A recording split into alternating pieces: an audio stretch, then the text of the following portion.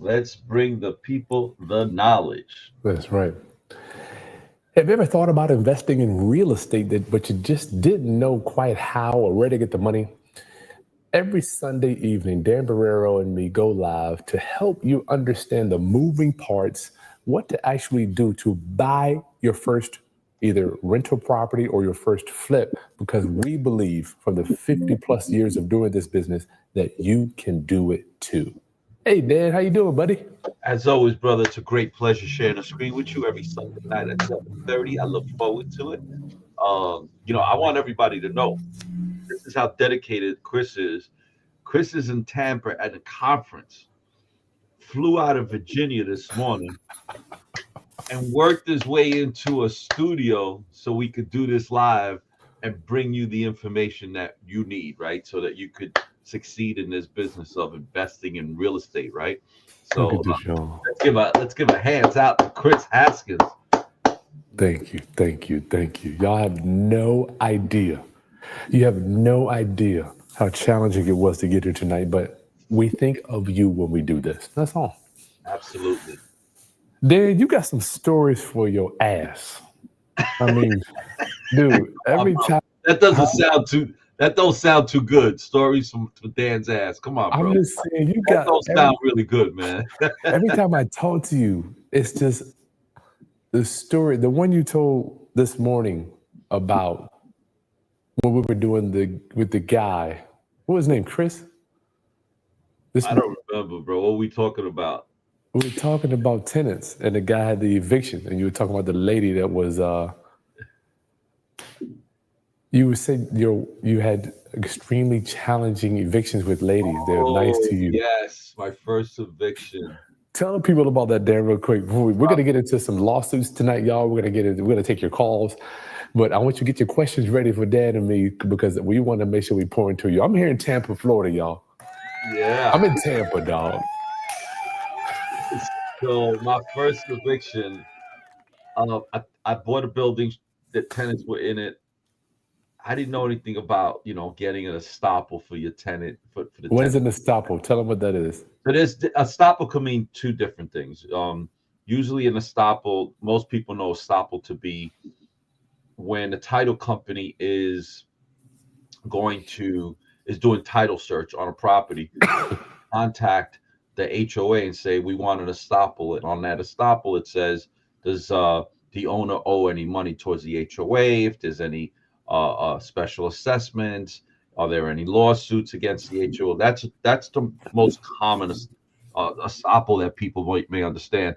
But Mhm. there's also an estoppel for tenancy, meaning when you're buying a building, in the event that there's a tenant in there, the buyer's attorney should always be requesting an estoppel for the tenant, meaning the tenant is going to sign a statement saying that they comply, that they agree that the lease that the buyer is getting is reflective of their lease, and they're going to be paying.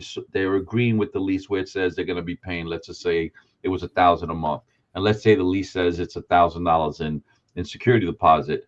That it's that they're confirming everything on the lease agreement and that they're up to date, right? Mm. Now, the reason you want that signed by the tenant is, which is what happened to me one time, was moving out, and I send the tenant back their money, which was I could think 1,000, whatever it was, $1,500, and they're like, no, my security was 2,500. And I'm like, it's not what it says on the lease I have, and that's not what was credited to me on the HUD when I took possession. But I couldn't go after the previous landlord because he was under an LLC, and he dissolved that company as soon as he sold it to me, right? Wow. So now it became a challenge between the tenant and myself, but the tenant had the proof actually paid $2,500 in security. Hold on, Dan. This is not the story I'm talking about. See, you got so I many know, of but them. that went somewhere else. So the point is, so my first eviction, guys, I'm sorry about that. My first eviction, I gotta bring Dan back around, y'all. Sorry about that. Sorry. Dan can go so many places. Dan, what about the one where you told the judge, I let the bank deal with the tenant? so I'm the done. first time I evicted somebody, this was New York City. I want everyone to know I am battle. If I took off my shirt, you'd see the whip marks on my back that my tenants whipped me with. right? My professional tenants. So fast forward a year and a half later, and I Of was no rent coming a year and a half. coming in. They're wrecking my apartment. It was like they were just like smacking me up, like get out of here with your bullshit, like that, right? So we go to court. The judge says he's finally going to sign a warrant to evict them, and says that I got to pay for 3 months of storage, and I got to pay to move all their stuff out. Storage for them. Yeah, I was like, whoa, whoa, whoa, whoa, what? And he tells me again. I said, listen, you know what? Don't sign anything, judge. That's fine. We're done. I'm not going to pay the mortgage. Let it become the bank's problem. So And you were dead ass. oh, I was done. I had other things in the back of my mind about what I may do, but it wasn't going to be like this. And so the judge said, well, you have some place. You have to then store it in the building for 30 days. I was like, so what does that look like? Like I got to leave their stuff in the apartment? He says, no, you have a basement? I said, yeah. He says, well, you have to secure it in the basement for 30 days. And I was like, all right, I could do that. That I could do. So but the moral of the story is, these are the things that people need to know and understand. You need to know what your liabilities are as a landlord, what your rights are, as well as what the tenant's rights are. Whenever you buy property in any municipality, no matter what state, every state has its own rules. Every city has their own rules. Wow. In New Jersey, every county has their own rules, and every township has their own rules. So you need to familiarize yourself with those rules so that you can work within the parameters, but mostly to decide whether you want to work in those parameters or move on to another state or county or city. Which is what you have done regarding New York, correct? Absolutely. So y'all, if you want to learn more about this stuff, we've already opened up the Ultimate Landlord Survival Guide, y'all, is here. We got several people signed up, and Dan and I are going to be covering A to Z, how to manage not only the property, but how to manage the tenant too.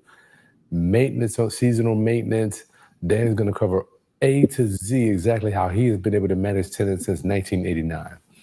And I'm going to cover some of the creative stuff, the lease options, how you turn yourself into a bank, because that's what we do.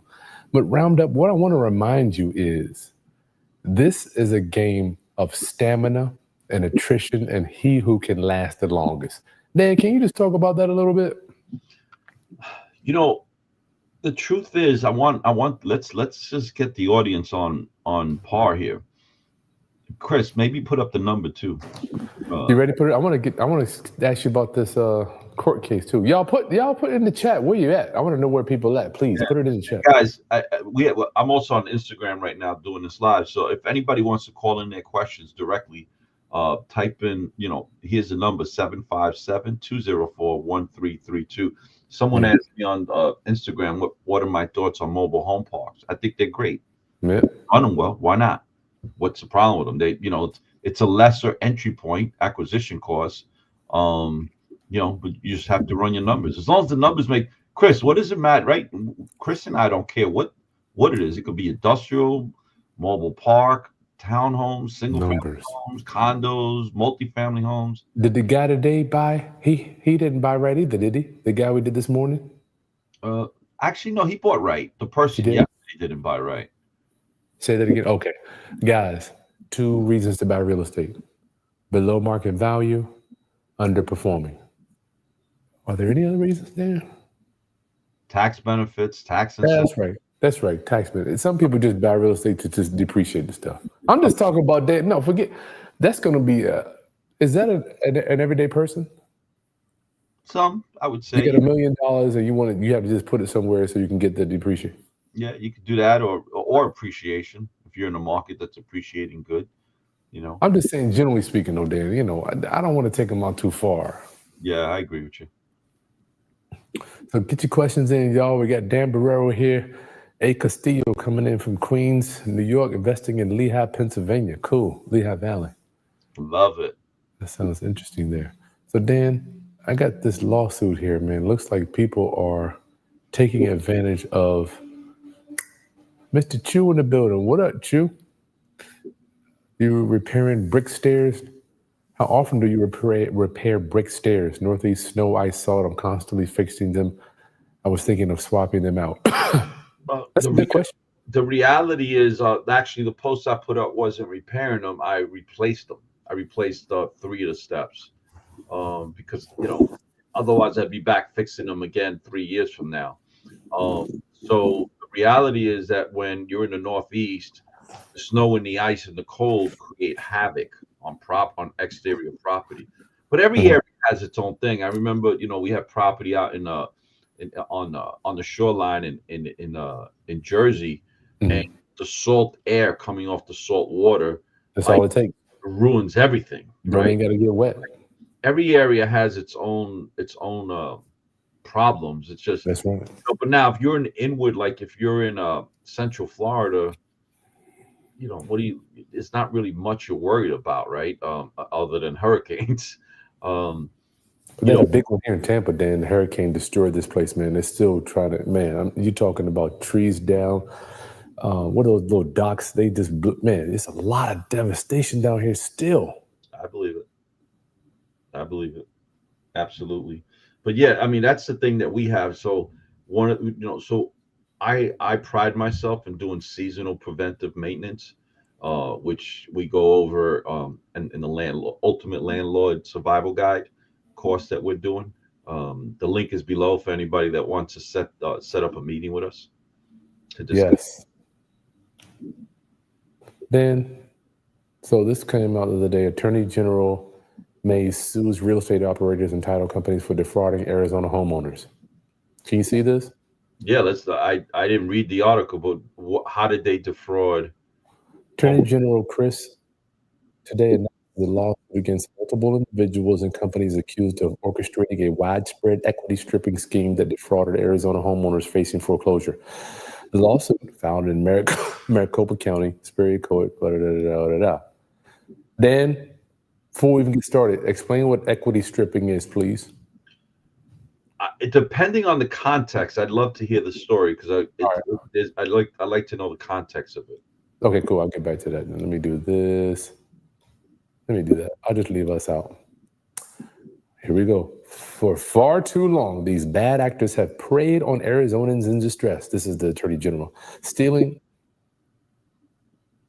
the hard-earned equity in their homes through deception and fraud. So crazy. I feel like that's what they would say about me, says Attorney General Mays. These homeowners didn't just lose their homes. They lost their best chance to rebuild their lives. Let me be clear. If you exploit homeowners in their most vulnerable moments, my office will find you and hold you accountable and ensure justice is served. The lawsuit alleges that Cameron Jones, through his company Gazelle Investors, and Sam Sutton, through his company Magnum Financial, led a network of businesses and individuals engaged in an organized real estate scam. Their operation targeted homeowners in foreclosure by tracking foreclosure notices on county recorder websites. It sounds like a regular day to me. This is the shit that be. Yeah, pretty much. So far, but let's keep reading. Let's see what. I know. I'm just saying that when people say real estate fraud, I'm like, dude, it depends on what side of the lens. I'm sorry, y'all. Okay. It only depends what side of the lens you're on. But again, let's see what they're saying here. All right. There might be some merit. Foreclosure notices were posted. Door knockers, that's me, recruited by the defendants, were dispatched within minutes to approach homeowners under false pretense. All this sentence is nothing but good business to me up until false pretenses. These individuals posed as foreclosure relief specialists, I can do that, or representatives of charitable organizations, never did that, including a fabricated entity called Arizona's Helping Hands. What's wrong with that? To gain homeowners' trust and make them believe they were dealing with a legitimate charity. Then, Arizona's Helping Hands. Well, I mean, that's a little deceptive, but not. I mean, it depends how you look at it, right? They are helping homeowners in distress, supposedly. But go ahead. This is the stuff I'm talking about. If you're helping somebody, we'll get to it. I'm sorry. Let me get back to this thing, y'all. Please forgive me. This stuff really burns me up. Helping Hands. After gaining entry into the homes, The defendants used high-pressure tactics and deceptive contracts to strip homeowners of their equity. The contracts, often invalid under Arizona law, allowed the fraudsters to acquire properties far below market value while retaining broad rights to cancel transactions and flip the homes for significant profit. In some cases, fraudulent bankruptcies and probate filings were used to delay the foreclosure auction and maintain control over properties without homeowners' knowledge. Sounds like they did self-filing bankruptcy, maybe. The lawsuits also named title companies and law firms that allegedly facilitated the fraudulent scheme by processing sales despite the clear red flags. What were the red flags? The complaint alleges that these companies notarized and approved deeds even when homeowners received far below market value. What's wrong with that? Allow rapid flips between shell companies to conceal the fraud and file lawsuits against victims to force completion of transactions and evict defrauded homeowners. This scheme relied on an entire ecosystem of supposedly legitimate businesses to put a veneer of legality on blatant consumer fraud, said Attorney General Mays. That's deep right there. Let me read that again. This scheme, look, you know how these guys make these words sound so bad? This scheme relied on an entire ecosystem. That's you, me, Dan, Dave, everybody. Supposedly legitimate businesses. You got a legitimate business, Dan, to put a veneer of legality on blatant consumer fraud. Title companies and law firms knew what they were doing, but they kept going because this scam generated millions of dollars, and they wanted their share. The lawsuit seeks civil penalties. Here we go. This is what I wanted y'all to see, this right here. If, quote, if you are victimizing homeowners, we will stop you and recover what you stole. If your business is helping these scammers, we will file suit against you, seeking triple the amount you earned from the scam. The days of ripping off distressed Arizona, could be any state, homeowners are over. If you keep doing it, I will see you in court. Yeah, I still would need a lot more context because they were very vague. Look, the reality is, real estate investors, we are here to. There's one or two ways to look at it. Many people look at us as like vultures, right? We're coming down to take what someone owns and is distressed. Rightfully deserves. I saw that in the thing. Right. Exactly. Look, the reality is that we're also saviors. When in 2008, we were the saviors of this economy. It was in 2008 that it was the real estate investors that were buying from the bank all the foreclosures that were just sitting there unoccupied, right? Yeah. We actually got those properties back up and got them got people in there, right? People who needed shelter. Mm-hmm. We renovated them, we painted them, we cleaned them, we did the landscaping on them, we put up new roofs, we put in new kitchens. We literally pumped back up the economy. We were putting thousands of people back to work, the real estate investors. So we were the saviors in 2000 as a result of the poor decisions made politically and as well as on Wall Street, Main Street. Yeah. Investors, we got this. One of the primary reasons the economy got pumped back up. Now, did we make money for it? Absolutely, we did. Nobody works for free. But the truth is, I would need a lot more context to give an opinion on that. Dan, door knockers. What's wrong with having a daggone door knocker? I mean, that's where you face to face doing a deal. Well, it all depends, right? And then the homeowner always has an option of getting an attorney to look at this. Or they can say no. They don't have. Dan, let me ask you: when have you ever put a gun to somebody's head and make them sell you their property? Never. Actually, what we do is we educate the owner and let them make a decision. And if they choose not to sell it to us, we just leave the door open. Okay. You should change your mind. If I could help you any further, it's okay. Feel free to give me a call. Yeah. Well, we're going to be following that case, y'all. If you just type in Attorney General Mays in Arizona. Dan, all I'm saying is the line can be so blurred, in my opinion. Somebody says, well, Kris he's tracking. He's a predator for people that are going to foreclosure. Are you a predator or are you trying to help somebody? Dan, who decides that? Who decides whether I'm preying on people or I'm going to offer them a fair amount of value that I think for their property? And they agree. Hold on. Let's take a step back. Let's say someone's going into foreclosure. They don't have a pot to piss in. Usually, those are people. The majority of those people, when I'm interacting with those people, the majority of those people is because they made bad choices in life. I And hear you say that a lot. they made bad choices with their money. I hear you Okay. say that a lot. Very few of the times is it that just life happened that it just crippled them. There are those Sometimes. cases too, but I would say 9 out of 10 times it's just people who didn't have a relationship with money, should have never owned a house, and they're getting kicked out. Whether Dan Borrero or Chris Haskins knocks on their door or not, Don't they're matter. kicked out, right? So if the bank takes the property, are they predators? But if Chris Haskins and Dan Borrero gets the property, we're not predators. Deep stuff. Y'all, let me know what your thoughts is on this, please. 757-204-1332. Are we predators or are we helping people? Hey, Castillo, we often talk about learning while doing. How or when were you able to step outside of any fear you may have had about making mistakes or not knowing enough along the way? Man, that is a solid question, dude. That's a solid question. Dan, I got an answer, but I want to know yours. Chris, we've spoken about this. There's always fear.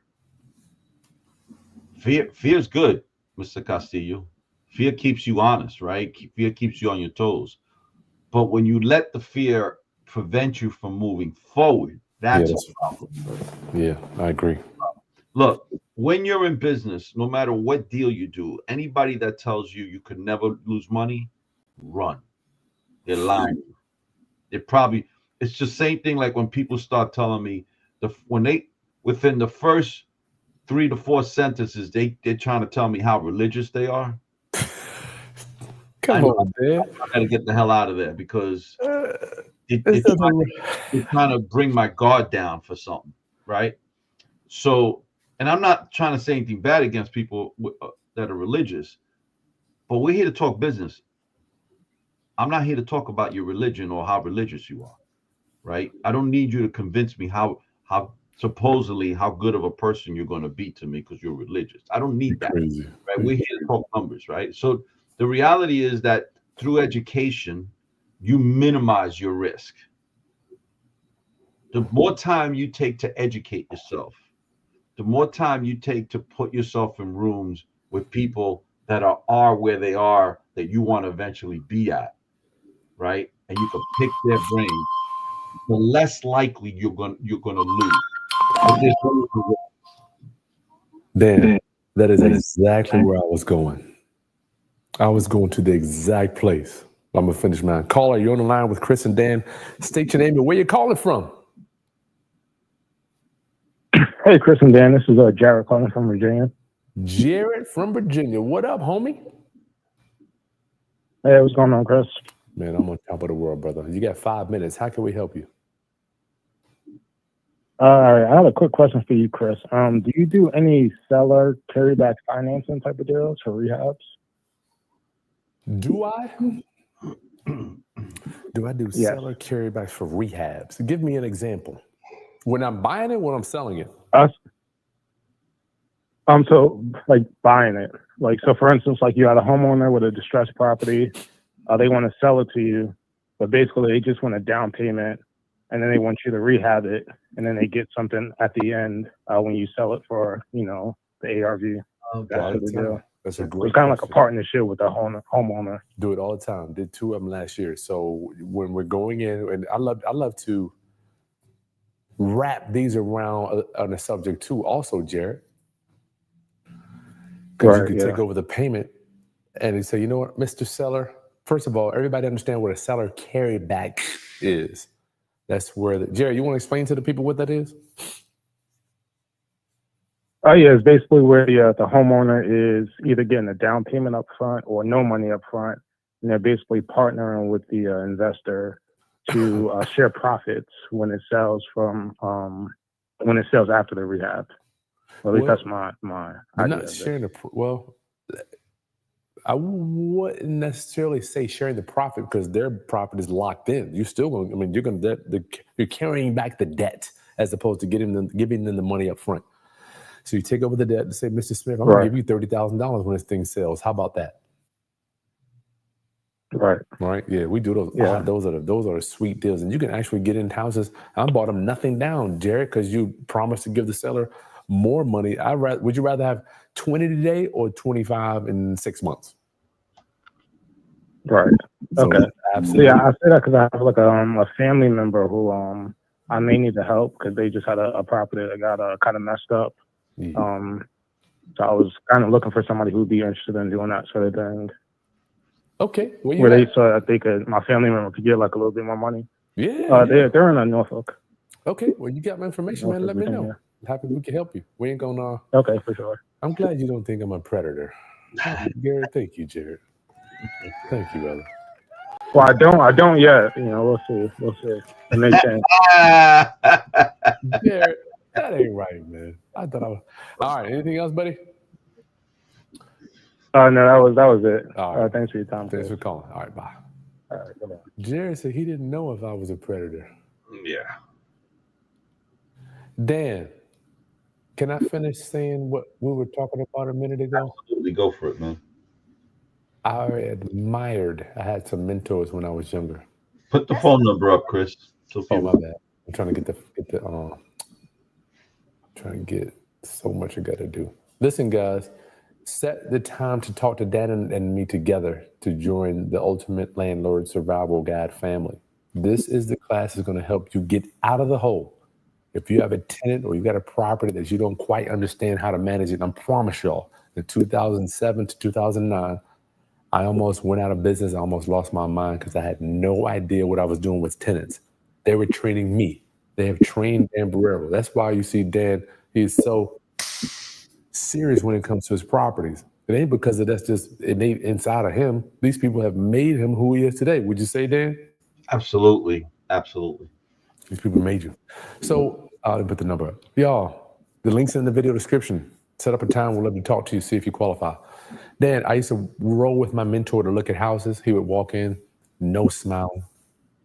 His face. Look, it's almost like he just was looking through the house. I loved it because I'm like, doesn't he see the condition of this thing? Does he get excited about where it is? Darn, it's right down the street from XYZ. Man, that backyard was so nice. Did you see how beautiful the kitchen? And Dan, when we went back to the car, he would not even remember. He wouldn't even remember. And I think about you and even me when once I'm done looking at a property, it's almost like I'm taking it out of my mind. Yeah, I'm going to the next house. I have my note. I walk in with my pad. I have the address. I write my notes. Within 5 to 10 minutes, I'm out, and I know what my offer is going to be. And then I have to erase it from my mind. I learned that when I was in college. I remember I'd be studying, cramming for exams, but we got 5-6 classes. Now the next final's coming up. I got to get rid of the shit that's up here that I just went through my last exam. I love it. So I'd learn to literally just like put my whatever was in there into the trash bin.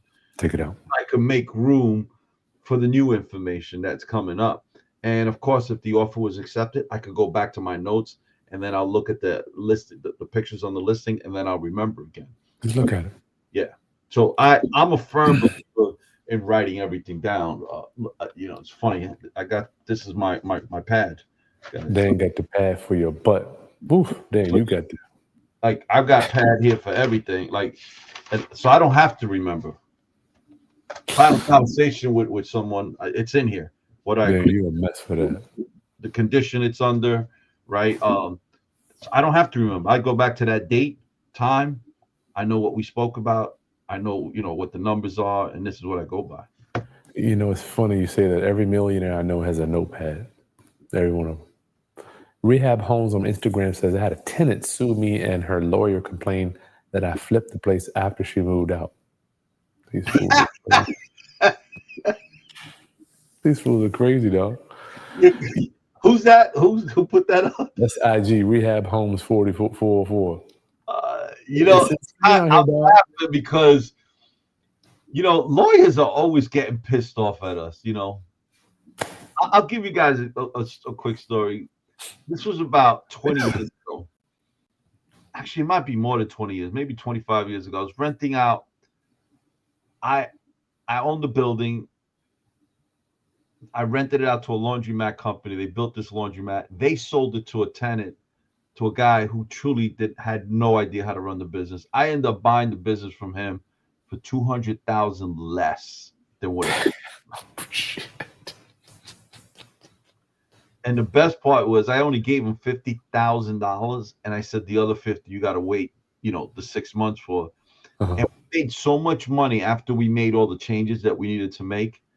I made that money up in 3 months, and I said, "Here's your 50." That's nice of you. Yeah. So, but the point is, who lost? He had the same opportunity. He didn't have to sell it to me, but he was on the balls of his ass because he didn't know what he was doing. Right.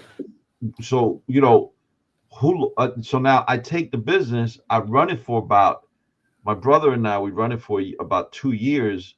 We brought the business from $1,000 a week to $14,000 a week. Sweet. And we sold the business. Now when we go to sell the business, I'm the landlord. So in the lease, there was a section that says, hey, if you want to pull a permit, for those of you that have any understanding how difficult New York City is with permits and closing out permits, you'd understand why I put this into my lease and my commercial leases. You want to pull a permit, you have to do it. If you're doing a job, you got to pull a permit. And if you pull the permit, it's $3,500 to the landlord, for the landlord to sign that permit. Because so now his attorney calls me and says, well, I can't let my client sign this part that with this in the lease. I says, why not? And he says, well, how do you justify getting paid $3,500 on a piece of paper? So now I was going to go through the whole rigmarole explaining to him, listen, I got to hire an architect. I got to hire an expediter. I got to make sure that the architect says that what your client wants to build or move is good or structurally sound for my property. I got to hire an expediter to make sure that the permits were signed off. Like there's expenses that go into that. It's what I would have normally put in there, but explain to him. But since he spoke to me that way, I said, you know what? Do I ask you to justify what your client pays you? They don't even. And no one would dare do that. I said, yeah, I know you're an attorney. I said, and then he said something else, and I said, if he goes, well, how do you justify making $3,500 for just a few minutes? You'd made enough money. That's what he told me. I said to him, well, I'll tell you what, if you want to make what I make, you should give up your license to practice law and come do what I do. I said, and he was like, well, if you want to be attorney, you should have went to law school. That's what he said. And I said to him, no, I said, lawyers don't make enough. I wanted to make more money than that. That's why I don't. I said, just because you have Esquire at the end of your name doesn't mean that you should be making more money than me. But if you want to, you come do what I do.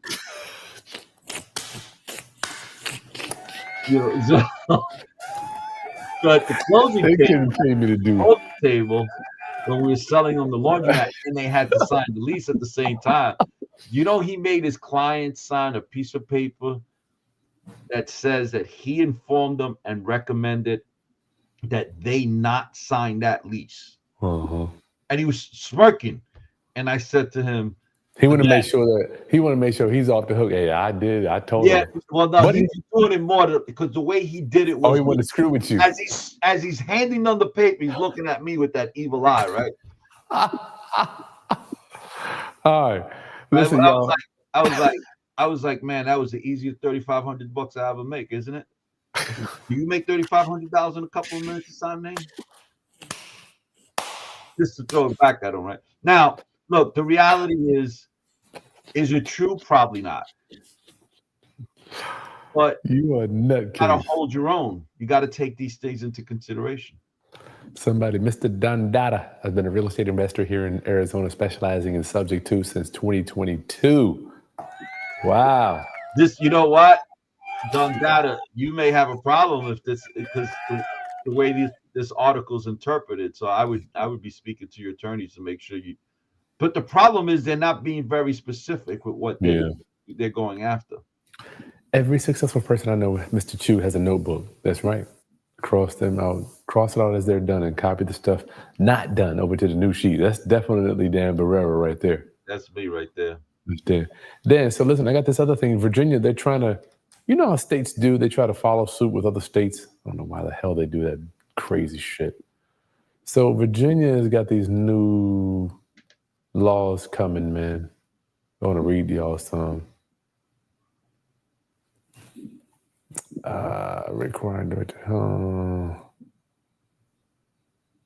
Let's see. The bill prohibits a landlord. Oh, I'm sorry, y'all. The bill prohibits a landlord of an affordable housing unit, that's what I got, from basing an adverse action in whole or in part on an applicant's criminal or arrest record unless the landlord does so in accordance with the criminal record screening model policy developed by the Department of Housing and Community Development and posted on its website and provides the applicant with a written copy of such policy. That sounds like New York. You know, I laugh. It's worth. This is nicer than New York, but I kind of laugh. You get all these politicians that have been living off the government financial tit their entire careers. Tom, I'd love to see one politician be a businessman that was a successful businessman, because there's a whole lot of politicians that became broke businessmen that become politicians, and then they become rich with all the insider trading they get away with. That you and I can never, right? But you know, you have all these schmucks making these policies. Meanwhile, they've never worked in corporate America or run a business or managed people in general, right? They come up with these laws. So, you know, the reality is this: I have a moral, ethical responsibility to protect all my tenants. If I can't run a criminal check, and I'm mostly looking for sexual offense. It's insane, Dan. It's insane. Then you in trouble. You let this person. You know they're gonna do this, right? So I let them in. They one of my other tenants fall victims to this person, and you let them in. I let them in. Yeah, man. This is some bad guy. Is that why you don't deal with New York? I haven't bought anything in New York. I want the audience to know the majority of my wealth is held in New York properties, but that's because I've owned them for such a long time. Yeah. I have not bought anything in New York City in many years because I do not want to be under the thumb of these stupid politicians. Mr. Chu says, I think Portland has a law that if someone rents a place for X years, they will eventually become the owner. Probably. Adverse possession. Adverse possession. Hey, look, y'all, get your calls in. We're going to be on here for the next 10 minutes, then we gone. That's unbelievable. This new law here, Virginia Resident Landlord Tenant Act, Landlord Remedies. Non-compliance with rental agreement increases from 5 days to 14 days the mandatory waiting period after a landlord serves written notice on a tenant notifying them of his non-payment of rent. Can y'all believe this craziness? This makes me want to scream. Let me tell you, that's a whole lot better than New York City law. Hold on, what is it there? Now, Brooklyn, it could take from beginning to end approximately 26 to 32 months. No, hold up. Let's not even go there. This is just talking about being able to serve them the late notice, Dan. Right now, we have a 5-day pay or quit. This increases from right now Virginia is 5 days. Now is it okay? But now the 14 days they're proposing for it to be. Is it 14 business days or 14 just straight days? Business days. So that's 3 weeks. Basically, yeah, 5, 10, 15. That's right. You're talking 3. So you can't even serve it to like the 20th. That's right. Why I want people to understand. That's why my rents are doing the 28th. Let me tell to y'all. My rents are doing the 28th, y'all. This is why you got to come to the Ultimate Landlord Survival Guide. You got to get these tricks, dog, because we have been there. Dan, how many times do you want to go over to when you were younger, go over to one of your rental properties and do something? Don't tell them the stories you tell me off camera. We can't go there. Y'all, you need to join the Landlord Survival Guide so you don't get hemmed up. Oh, yeah, when I was younger. And we didn't have cell phones with cameras. Yeah. Oh, your ass would be. I'd be in jail today. Yeah, you would. Dan wouldn't be here, y'all. Hey, caller, you're on the line with Chris Hello? and Dan. State your name and where you're calling from, please. James and Danny from St. Louis. Oh, James and Dan, You how are guys you do guys? James and Dana, fantastic, how are you? fantastic. Hey, what up? Hey, How I y'all doing? got a question. Oh, well, good. I got a question for you. Okay. We're going to be going over this on the ultimate tenant there, but it's just burning question. Chris, I guess you answered that on lease options or lease purchase, whatever we call them. We know that the tenant lease option, they're responsible for all the maintenance and everything on the property. But do you maintain insurance on that? And also, if there's a damage to the roof or you need some major damage, who did that fall upon to take care of that? Here's the thing, James. I could get on my soapbox and say that the tenant's going to have to take care of everything, as we agreed in the paperwork, right? Mm-hmm. However, at the end of the day, you may have to work out some agreements. So right now, I'm going to do a roof on one of my lease options, right? So sometimes you might have to bite the bullet, or you might be able to get some money from them, or they might pay for it over time, and you can collect $300 a month extra. But yes, see the problem with all real estate, you can pass as many. Even just imagine, even a traditional mortgage company, they can pass all the burden over to the homeowner. But if the homeowner doesn't do it, the bank may have to take the house back. This is just a real estate business. Dan, what would you say? Yeah, every deal stands with its own, and based on how hard the other side negotiates and how much meat is on the bone. So, I would say there's a rule of thumb, but that doesn't mean the rule of thumb is always imprinted into cement or rock, right? Yeah. Sometimes you got to bend that rule of thumb to fit the personalities and the needs of making the deal happen. Yeah, that's a good question though, James, because I want to pass as much as I want to pass it all on. Some of the big stuff you might have to work out with, but usually all the minor stuff, you got two big ones: roof, heating. Roof heating. So yeah, sometimes you got to work out. You'll pay for it. You can say, hey, look, just pay me back $200 a month or whatever you can get out of them. But yeah, that is a thing you got to deal with. Good question though, dog. That's a good. We'll be going over that. Yeah. What about the tax write-offs? Tax write-offs. Yeah, we still keep them on my tax returns. Well, you said, I'm sorry. You're talking about who puts it on the tax returns? Yeah, I keep them on my Schedule E. Okay, so they can't, I guess, claim any repairs or anything on their tax. I guess how does that work? Yeah, if they pay for the repair, they can. I'm presuming. I'm not an accountant, but I don't have no repair. Okay. I don't necessarily have a lot of repairs. Some stuff I will do. Sometimes you just do. But you're talking about full maintenance on a property as a traditional rental, or on a lease option, you got minimum repairs. But Dana, you need to remember that most of these properties that you're going to do a lease option with is single family homes. So, for instance, if the home is yours and you put in a new kitchen and you've been living there for 5 years, it's really nothing for you to claim or deduct on your taxes because it's your personal home. You can't deduct that from your taxes. Now, if it's an investment property with 3 and 4 doors, that's where that question should be coming into effect.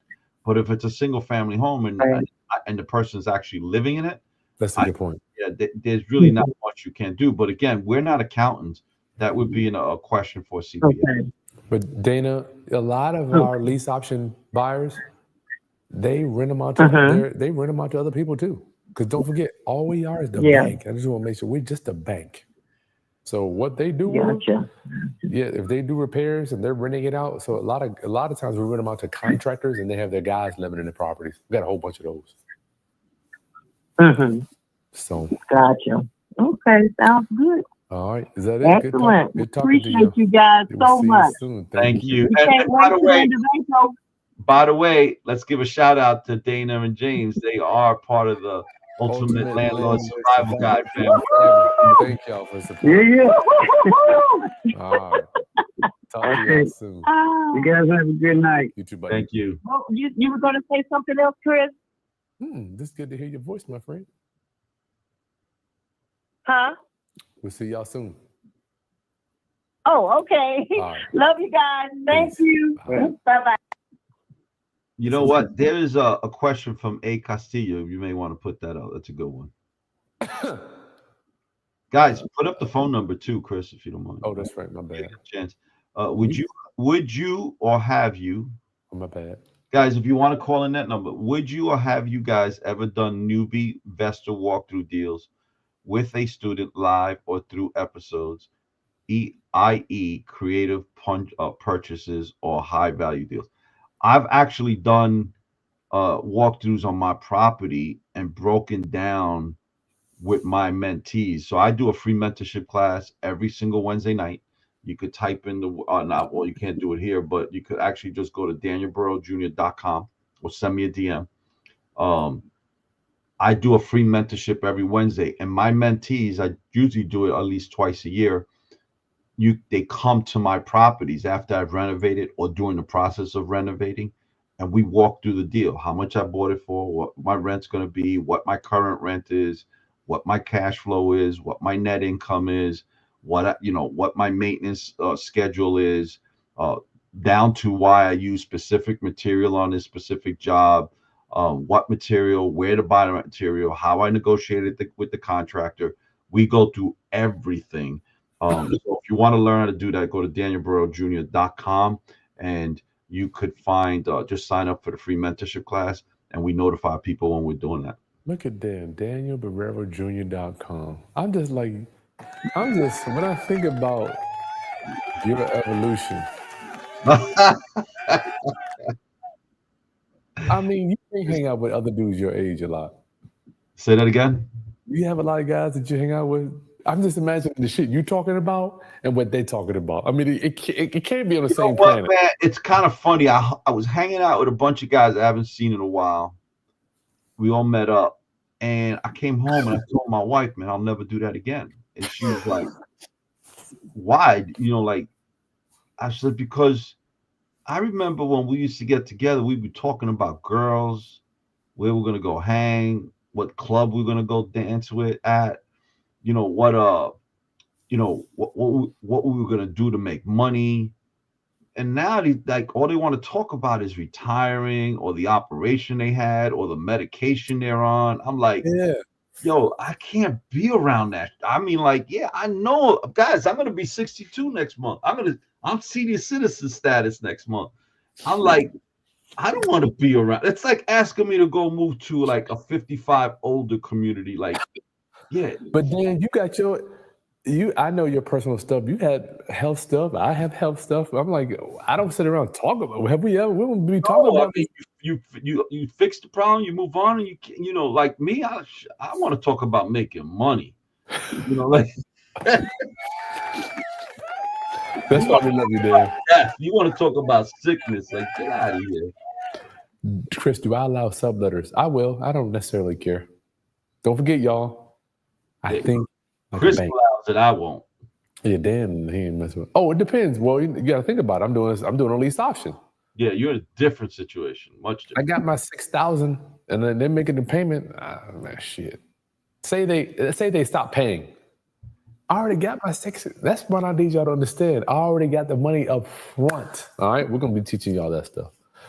Mr. Chu, you guys see all the new home buyers complaining online about being surprised about the jump up on taxes. Before it was just land. Now there's a house. Yeah, that happens. Please make a video on asset protection. We got to get it. And I don't like really talking about that stuff. I don't want the man to come and say I'm practicing law without a license, but we will get a guest on to do that. What do you think, Dan? Yeah, I think I don't feel. I mean, we do things for asset protection on our own behalf. Yeah, it's not something I want to have a conversation about. We're not licensed to talk about that. I feel bad. Yeah, I will show you how to do land trust, but I don't want to get. Dan, you know how it is, dog. When the power structure want to come for you, they're gonna come and get whatever they can. Yeah. All right, we got a few more minutes before we get out of here, y'all. We got a few more minutes. We'll take one call if you want to bring it in. Questions right there, 757-204-1332. Chris, tell everybody about the Ultimate Landlord Guide Survival. Ultimate Landlord Survival Guide, y'all. Can y'all believe it's finally here? So Dan Borrero and I have put together the training. It's going to be 4 weeks.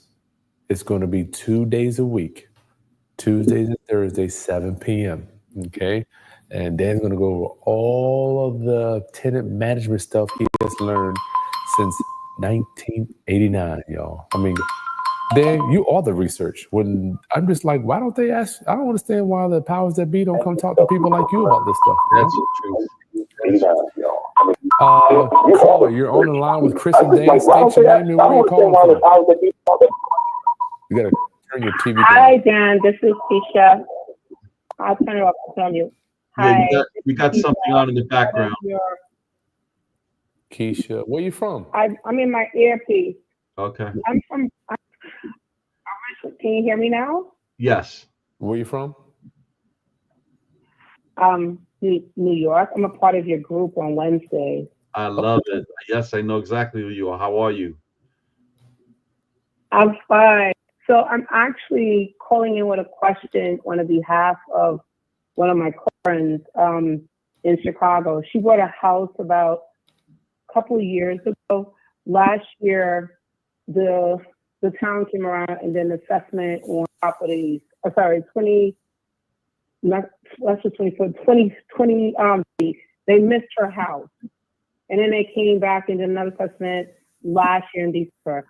So she told me that her mortgage now went up by an additional $800 a month because when they came out to do the assessment, they found that her property, the value of her property, was more because they have been building and helping. So she's trying to figure out how, this is a residence that she lives in, it's a multifamily, but she wants some ideas on how do you kind of offset that? What type of construction can she do on a house to kind of offset that extra $8,000 plus that she's going to be paying every year? There's a couple of things, and I want the audience to truly understand this. Can you unpack that a little bit, Dan, so they can just 30 seconds? Yeah, essentially what happens is when you purchase a property, one of the things that I do when I purchase a property is I want to see what the person before me, when they bought it and how much they paid for it. So let's say they bought it 15 years ago and they bought it for $200,000. The assessments were basically based for that one person since then. So it doesn't go up as much as it would for me if I'm buying it now at $800,000.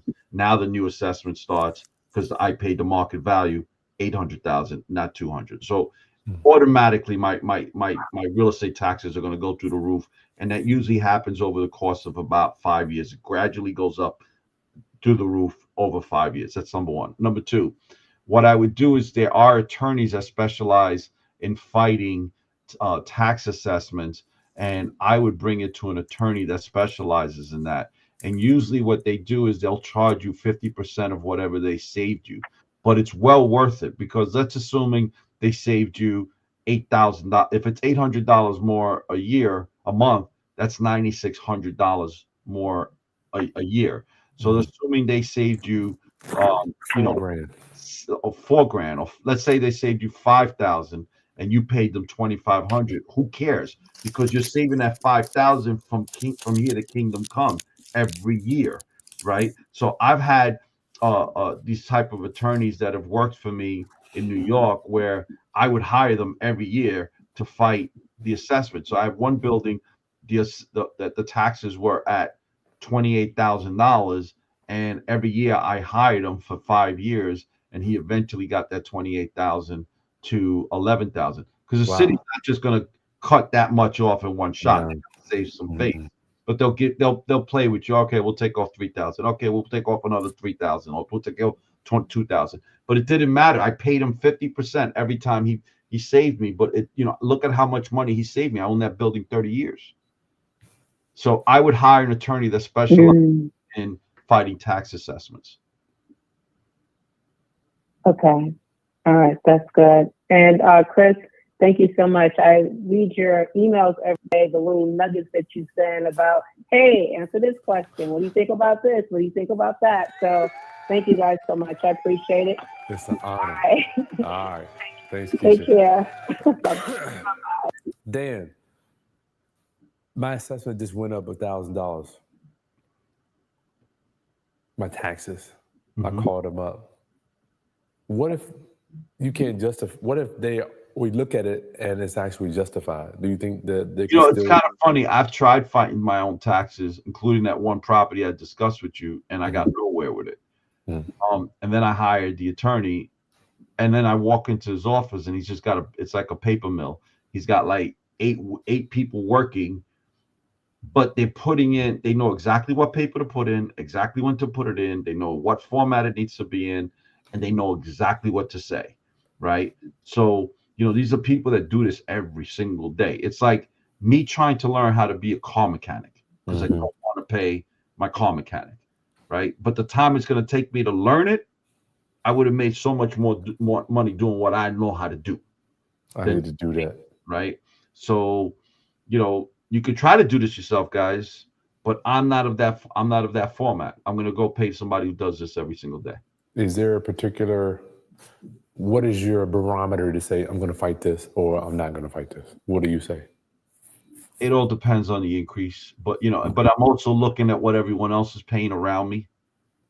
So if it's nothing crazy, then you're not even going to. No, because because the reality is he's going to tell me the same thing. I can't do anything for you.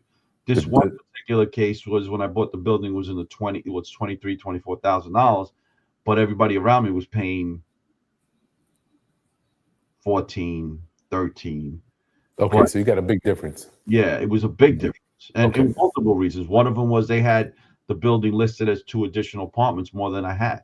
The other one was another year was they had some big, whatever. Yeah. Whatever. All right. Listen, guys, it's an honor hanging out with y'all. Get registered up in the video description below. You'll see the link for Dan and I. You'll set up a time and we'll talk to you to see if you qualify for something that you want to do to take your career. Not really qualify. We want to make sure that you're the right fit. Chris and I, we haven't turned down many people. We've only turned down 5. One person, they truly were not ready for this class. They didn't even have a relationship with money, understand how money works. So, they would have been taking up the seat of somebody who could have been there. So these are limited seats. We just want to make sure that you understand that this is going to be, real estate 4.0 on steroids. Thanks, Dan. You're going to be getting a workbook my workbook alone is 127 pages. You'll be getting all the tools you need to do this business, including my lease and everything else. Chris is going to be giving you his workbook for Section 8 as well as lease to own. So, this is like, if you truly want to be a real estate investor, look, guys, you could buy that property right. You could renovate that property right. You could even do the BRRRR system right on it. Assuming you did all that right, which rarely happens, including Chris and I when we first started. Assuming you did all that right, if you don't manage your tenants, they're going to manage you to the broke house. Yeah. So that's how it works. Okay, round up. Make sure you share this with other people so they can understand what's going on out here. Like this content, and we'll see you next Sunday. I'm down in Tampa. If you're in Tampa, send me a direct message. All right, peace. Take care.